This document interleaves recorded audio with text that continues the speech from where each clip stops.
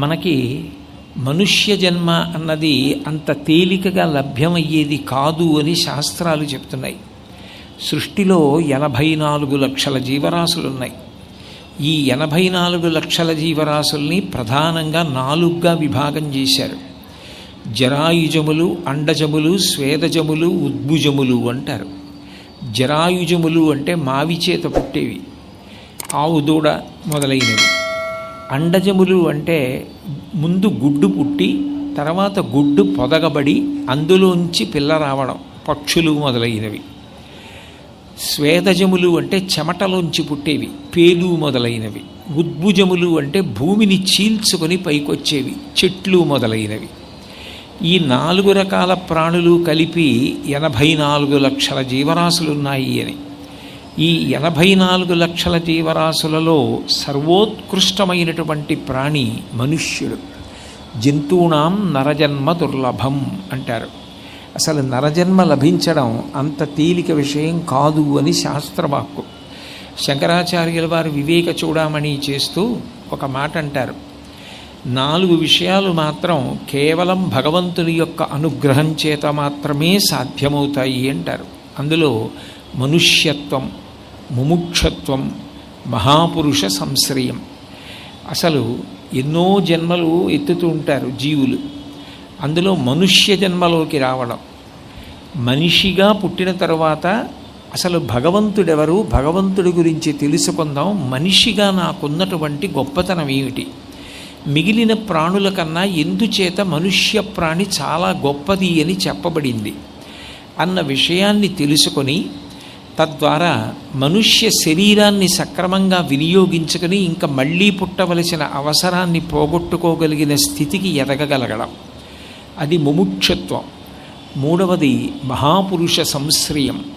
అటువంటి మార్గంలో నడిపించగలిగిన మహానుభావులు ఎవరుంటారో అటువంటి మహానుభావులతోటి పరిచయం కలగడం, వారిని సేవించగలగడం. ఇవి చాలా గొప్ప విషయాలుగా వివేక చూడామణిలో శంకరాచార్యుల వారు చెప్తారు.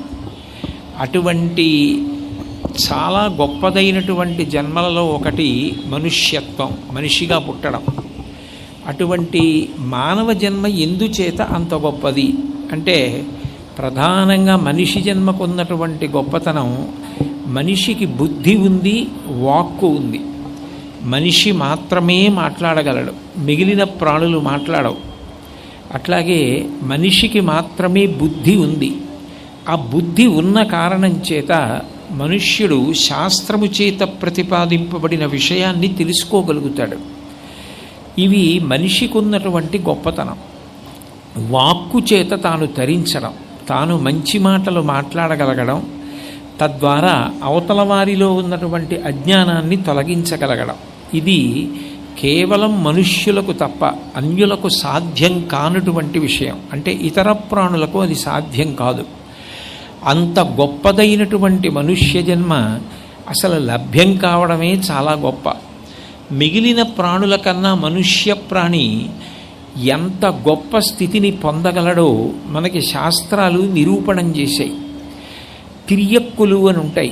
భూమికి అడ్డంగా వెన్నుపాము ఉండి అడ్డంగానే వెన్నుపాము పెరిగేటటువంటి ప్రాణులు, పిల్లి, కుక్క మొదలైనవి ఉన్నాయనుకోండి, భూమికి అడ్డంగా వెన్నుపాము ఉండేటట్టుగా పుడతాయి, భూమికి అడ్డంగానే వెన్నుపాము ఉండేటట్టుగా పెరుగుతాయి.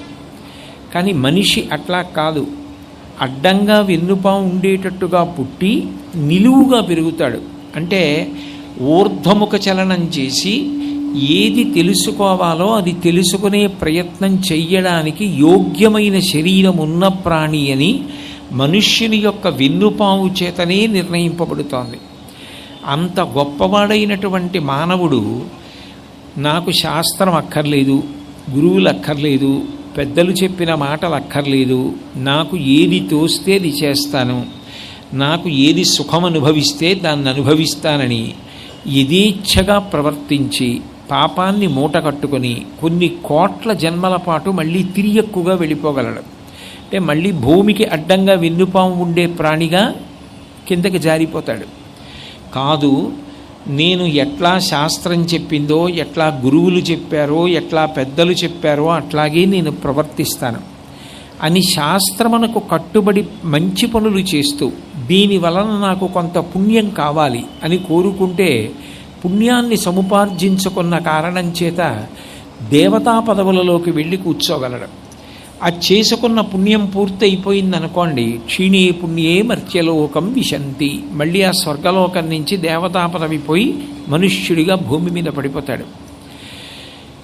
కాదు, నాకు పుణ్యము వద్దు పాపము వద్దు, నేను చేసినటువంటి మంచి పనులు ఏ ఉన్నాయో అవన్నీ భగవంతుడు నాకు ఈ శరీరం ఇచ్చి చేయిస్తున్నవి కాబట్టి నేను చేస్తున్న మంచి పనుల యొక్క ఫలితాన్నంతటినీ ఆ భగవంతుడికే ధారపోసేస్తున్నానని తన మీద ఏ కర్తృత్వం పెట్టుకోకుండా పుణ్యమునందు అనురక్తి లేకుండా మంచి పనులు చేసేవారెవరో వారికి చిత్తశుద్ధి లభిస్తుంది. చిత్తశుద్ధి పాత్రత. ఎంత గొప్ప పాయసం నేను పొయ్యాలనుకున్నా పట్టుకొచ్చిన వారి దగ్గర సరైన గిన్నె లేదనుకోండి, మట్టితోటి మలినంతో ఉన్న పాత్ర పట్టుకొని వచ్చారనుకోండి, నేను పాయసం పొయ్యలేను కదా. పరిశుద్ధమైన పాత్ర పట్టుకొస్తే పాయసం పోస్తారు. అట్లాగే ఎవరికి చిత్తశుద్ధి కలిగిందో ఆ కలిగిన వారికి భగవంతుడు జ్ఞానమును అనుగ్రహిస్తాడు. ఆ జ్ఞానమును పొందిన తరువాత ఇక మళ్ళీ పుట్టవలసిన అవసరాన్ని మనిషి పోగొట్టుకుంటాడు. అంటే దేవతలకు కూడా సాధ్యం కానటువంటి మోక్ష పదవిని అలంకరించగలిగిన శక్తి ఒక్క మనిషికి మాత్రమే ఉంది. నాకు ఏమీ అక్కర్లేదని చెప్పి పతనమైపోయే అవకాశము మనిషికే ఉంది. దేవతా పదవులలోకి విశేషమైన పుణ్యం చేసిన కారణం చేత వెళ్ళి కూర్చోగలిగిన శక్తి మనిషికే ఉంది. మిగిలిన ప్రాణులు ఏవీ కూడా ఇటువంటి అనుగ్రహాన్ని పొందలేవు. అందుకే అన్ని జన్మల కన్నా మనుష్య జన్మ చాలా చాలా గొప్పది. అటువంటి మనుష్య జన్మ సార్థక్యం చేసుకోవడం అవసరం. పెద్దలు మనకి స్వాతంత్ర్యం తీసుకొచ్చారు.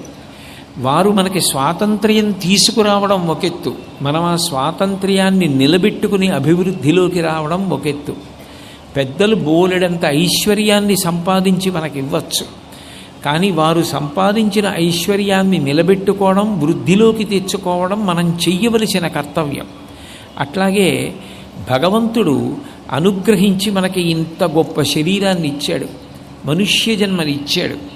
ఈ మనుష్య జన్మలో మనం ప్రయత్నపూర్వకంగా సంపాదించుకోవలసిన విలువలేవి, ఏవి తప్పకుండా మనం పొంది ఉండాలి అన్నదాని గురించి గౌతమ ధర్మ సూత్రాల్లో గౌతమ మహర్షి మాట్లాడతారు. మహర్షులు దార్శనికులు. వారు మనకి ఏ విషయాన్నైనా నిస్వార్థంగా మన యొక్క అభ్యున్నతిని కోరి చెప్పగలిగిన మహాత్ములు. అటువంటి గౌతమ మహర్షి ధర్మసూత్రాల్లో 8 విషయములు చెప్పాడు. చెప్పి ఈ 8 గుణములను మనిషి పొందాలి.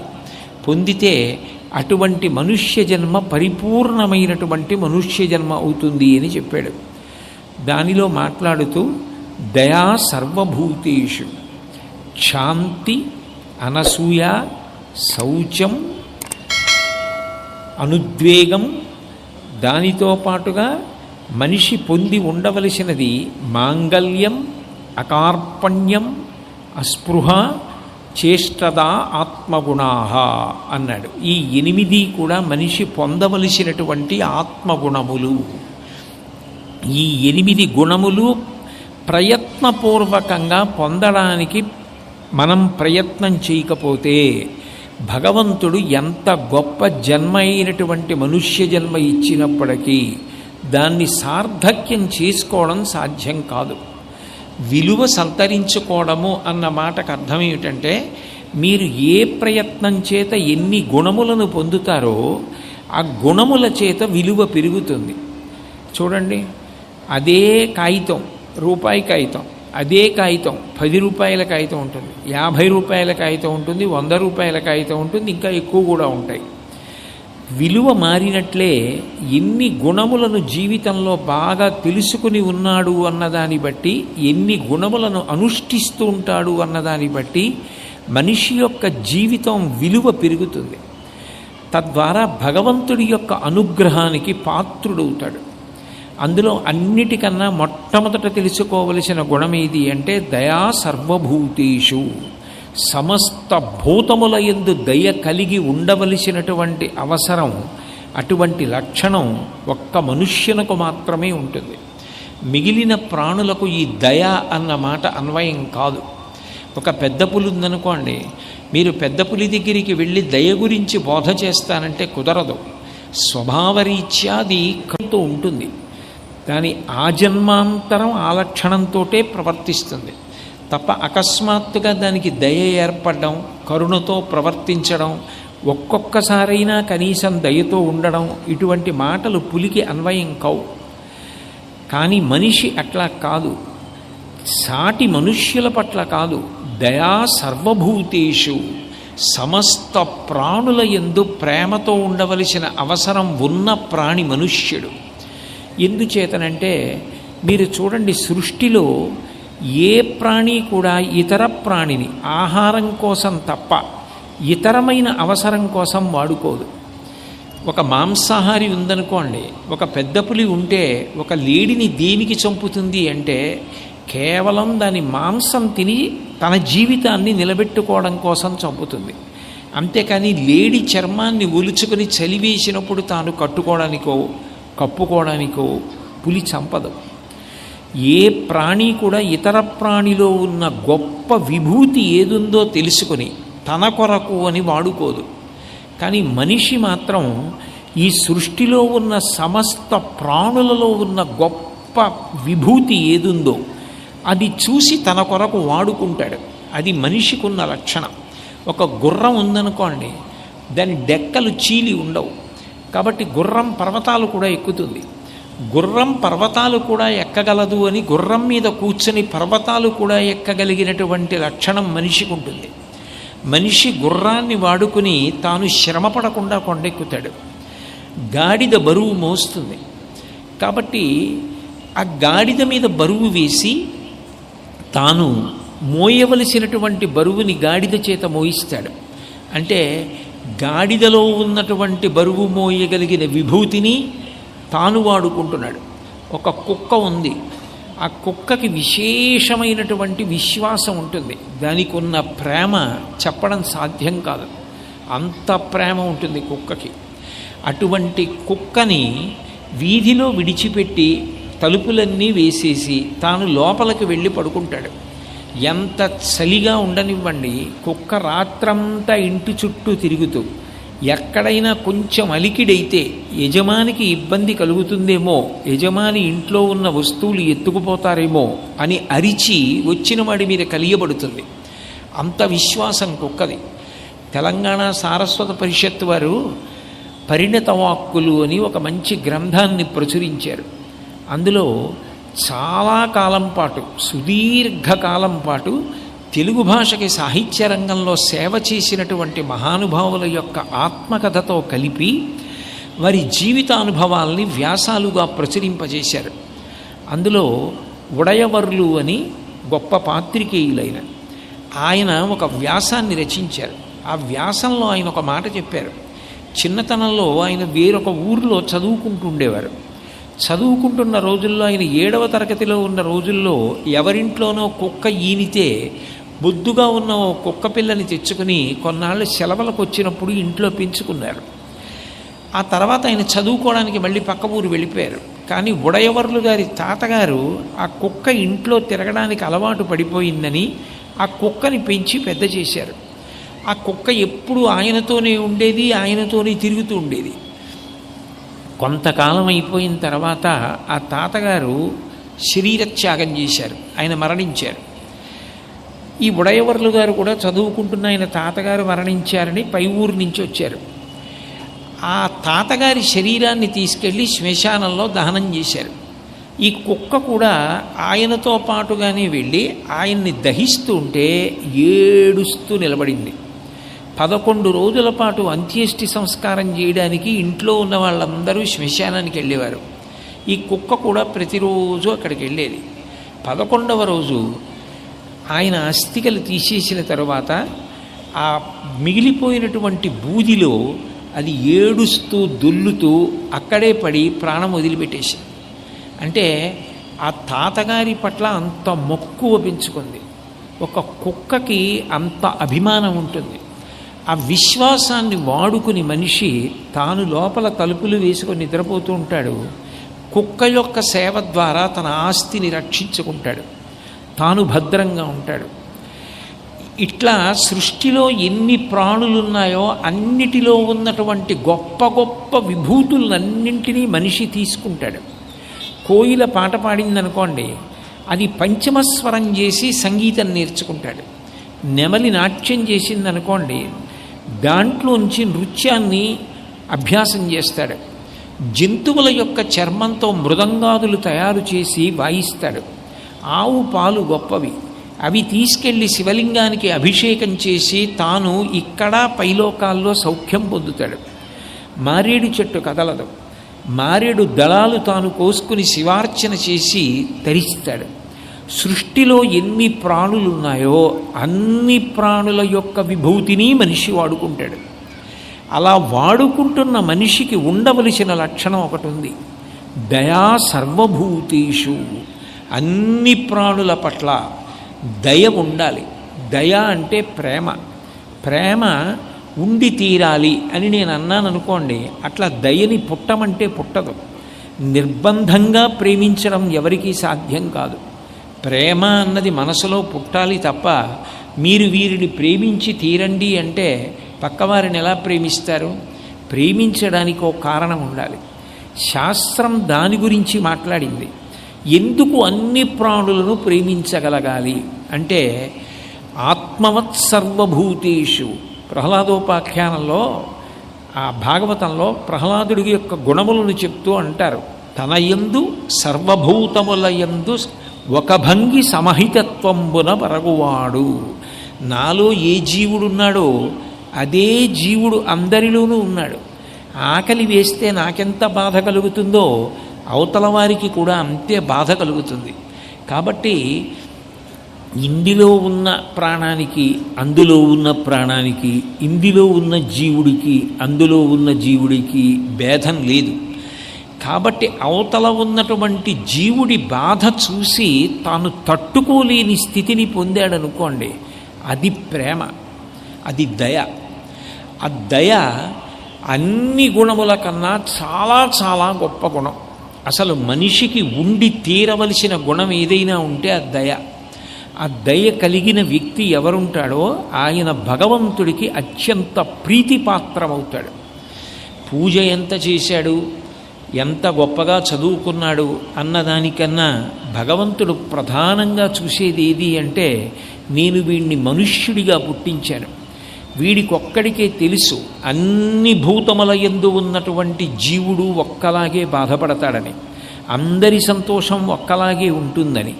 కాబట్టి ఇతర ప్రాణిని బాధ పెట్టే ముందు, అయ్యో దాని బాధ నా బాధలా ఉంటుంది అని తెలుసుకోగలిగిన వాడెవరున్నాడో వాడు దయగలిగినవాడు. మహాభారతంలో తిక్కన గారు ధర్మరాజు గారికి అనేక ధర్మాలు చెప్పాడు. చెప్పి చిట్ట చివర అన్నాడు, ఇన్ని ధర్మాలు నువ్వు గుర్తు పెట్టుకున్నా పెట్టుకోలేకపోయినా ఒక్క విషయం చెప్తాను ధర్మరాజా, ఇది బాగా జ్ఞాపకం పెట్టుకో. ఇది నువ్వు జ్ఞాపకం పెట్టుకుంటే మిగిలినవన్నీ జ్ఞాపకం పెట్టుకున్నట్టే అన్నాడు. ఏది అని అడిగారు ధర్మరాజు. ఒరులేవేవి ఉనర్చిన నరవర అప్రియముని మనంబునకగు తానురులకునది చెయ్యకునికి పరాయణము పరమధర్మ పదములకెల్లన్. నువ్వు ఏదైనా పని చేసేటప్పుడు ఒక్కసారి ఆలోచించు, ఈ పని నేను ఇతరుల పట్ల చేస్తే నాకు సంతోషంగా ఉంది కాబట్టి చేసేస్తున్నాను, కానీ నన్ను వాళ్ళు అలా అంటే, నన్ను వాళ్ళు ఏదైనా మాట అంటే, నన్ను వాళ్ళు ఏదైనా చేస్తే, నన్ను కొడితే, నన్ను తిడితే నాకెంత బాధ కలుగుతుందో, నేను ఇతరులను నిందించినా, ఇతరుల మనసు బాధ పెట్టినా వారి మనసు కూడా అంత బాధపడుతుంది అని ఏది చేస్తున్నా నిన్ను అవతల వారిలో చూసుకొని, ఇది నీకు బాధ కలుగుతుంది అనుకున్న పని నువ్వు చెయ్యకుండా ఉండడమే ధర్మములలోకెల్లా గొప్ప ధర్మం.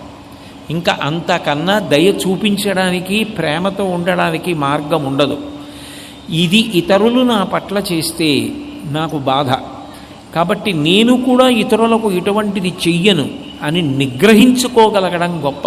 అందుకే తప్పులు ఎంచడం చాలా తేలిక. తప్పులిన్నువారు తండోపతండంబులుర్విజనులకెల్లా ఉండు తప్పు, తప్పులిన్నువారు తమ తప్పులెరుగరు, విశ్వదాభిరామ వినురవేమ అంటాడు వేమన. ఇతరుల తప్పులు పట్టమంటే ఎన్ని తప్పులైనా పడతారు, కానీ ఇతరుల తప్పు పట్టే ముందు తమ ఎందు ఎన్ని తప్పులున్నాయో పరిశీలనం చేసుకోవడం అలవాటైతే, ఓ మనం తొందరపడి తప్పు పట్టకూడదు, తప్పు పట్టడానికి ముందులో అవతల వారి వ్యక్తిత్వం ఏమిటో, వారి యొక్క జీవన విధానం ఏమిటో, వారు ఎంత ఉపకారం చేసిన వారో తెలుసుకుని మనం ప్రవర్తించాలి తప్ప అదే పనిగా తప్పు పట్టడం గొప్ప కాదు. అవతల వారిని మన్నించడం, గౌరవించడం, ప్రేమించడం గొప్ప. నిజంగా ప్రేమించినది హృదయమైతే నీకు తప్పు కనపడితే, అయ్యా ఇది ఎందుకు చేశారండి అని నువ్వు అడగగలగడం గొప్ప, బాధించడం గొప్ప కాదు.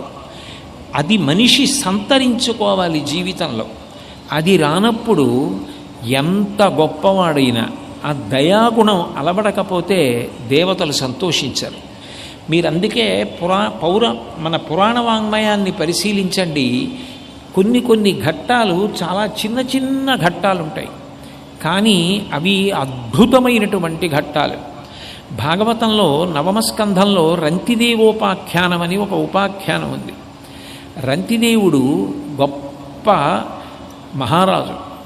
ఆయన ఒకానొకప్పుడు రాజ్యంలో కాటకం, అనావృష్టి ఏర్పడిన కారణం చేత తినడానికి కూడా ఏమీ లేదు. చాలా కాలం ఏమీ తినకుండా ఉండిపోయాడు. ఎట్టకేలకి ఆయనకి తినడానికి కొంత పదార్థం దొరికింది. ఆయన తినబోతున్నాడు. అంత ఆకలితో ఉండగా తినబోతుంటే ఎవరో వచ్చి అడిగితే కోపం వస్తుంది. కానీ రంతిదేవుడు ఆకలితో ఉన్నాను, నేను చనిపోయేటట్టున్నాను, నాకు పెట్టు అని దీనంగా వచ్చి అడిగిన వ్యక్తికి పెట్టకుండా ఉండలేక తాను తినవలసిన పదార్థం పెట్టేశాడు. కొద్దిగా నీళ్లున్నాయి, అవి త్రాగబోతుంటే ఇంకెవరో వచ్చి ఆ నీళ్లు అడిగారు. ఆయన నా దగ్గర నీళ్లు మాత్రమే ఉన్నాయి, ఇవే ఇవ్వగలను అనలేదు. నేను ఏది ఇవ్వలేనో దానికి బాధపడుతున్నానని ముందు దాని గురించి మాట్లాడాడు.